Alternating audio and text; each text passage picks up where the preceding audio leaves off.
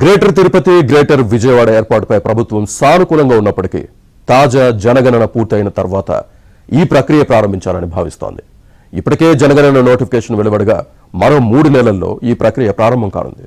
దీంతో దేశవ్యాప్తంగా ఎలాంటి భౌగోళిక మార్పులు చేపట్టే అవకాశం లేనందున జనగణన తర్వాతనే గ్రేటర్ అంశాలను పరిశీలించాలని ప్రభుత్వం నిర్ణయించింది. తిరుపతి, విజయవాడలను గ్రేటర్ సిటీలుగా అభివృద్ధి చేయాలనే ప్రతిపాదనలు ప్రస్తుతానికి వాయిదా పడ్డాయి. ప్రస్తుత తిరుపతి మున్సిపల్ కార్పొరేషన్ పరిధిని విస్తరించి చుట్టుపక్కల ఉన్న గ్రామాలను కలిపి గ్రేటర్ తిరుపతి మున్సిపల్ కార్పొరేషన్ గా ఏర్పాటు చేయాలనే ప్రతిపాదనకు తిరుపతి మున్సిపల్ కౌన్సిల్ ఇప్పటికే ఆమోదం తెలిపింది. ఈ ప్రతిపాదనలో తిరుపతి రూరల్, రేణిగుంట, చంద్రగిరి, ఏర్పేడు మండలాల పరిధిలోని 60కి పైగా గ్రామాలు విలీనం చేయనున్నట్లు సమాచారం. దీనివల్ల ప్రస్తుతం సుమారు 30 చదరపు కిలోమీటర్లుగా ఉన్న నగర విస్తీర్ణం 280 నుంచి 300 చదరపు కిలోమీటర్లకు పైగా పెరగనుంది.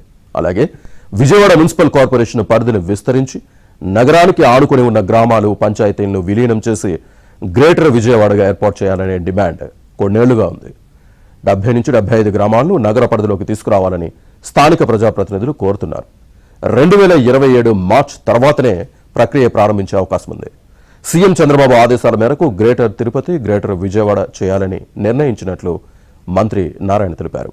కేంద్ర ప్రభుత్వం జనగణన ప్రారంభించిందని, అది పూర్తయ్యేదాకా డీలిమిటేషన్ చేయొద్దని ఆదేశాలున్నాయని చెప్పారు.